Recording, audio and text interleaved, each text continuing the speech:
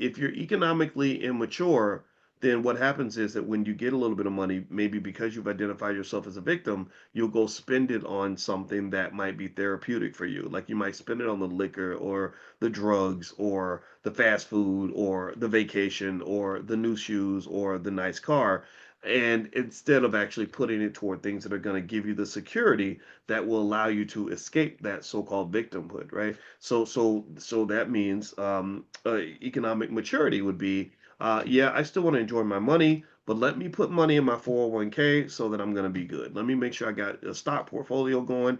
Let me put some money aside for a rainy day, and then whatever's left, we can do what's left. So children don't think that way. Economically immature people don't think that way. They don't think like about all the things they can do with money that makes them secure. They're thinking about all the things they can do with money that gives them joy and gives them instant pleasure, instant gratification, pleasure seeking behavior, right? So ultimately, it's very important to talk about economic maturity. That just means you handle your business first. That means that you save yourself instead of waiting for other people to do it.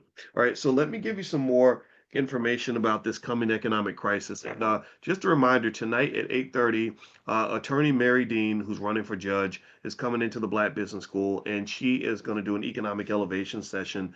And she's really good with things like a lot of you maybe want to start businesses and you don't know what structure to use. She can talk you through that process.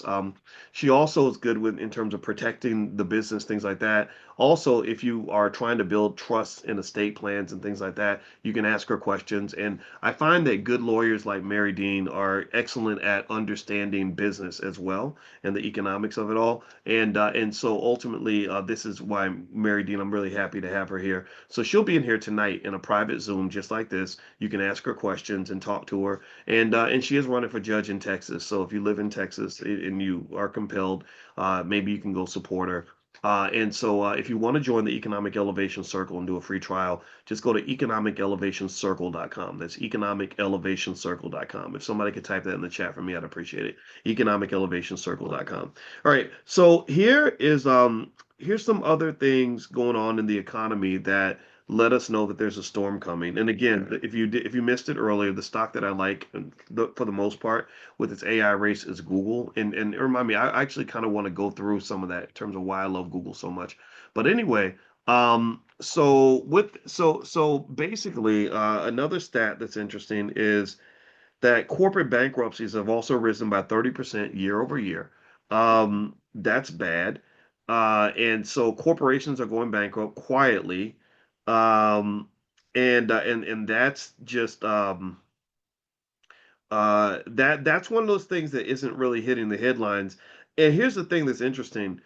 Even though the storm is coming, don't be surprised if you see kind of like something that confuses you. Don't be surprised if you see something where, even though the storm hits and everyone's talking about how bad the economy is doing, don't be surprised if the stock market is going up at the same time. And the reason that the stock market does that is because the stock market is what is called a forward leading indicator, right? It's forward looking. So what it does is it looks at the economy not right now, it looks at what's coming down the pike. And also, you're in kind of a controlled economy.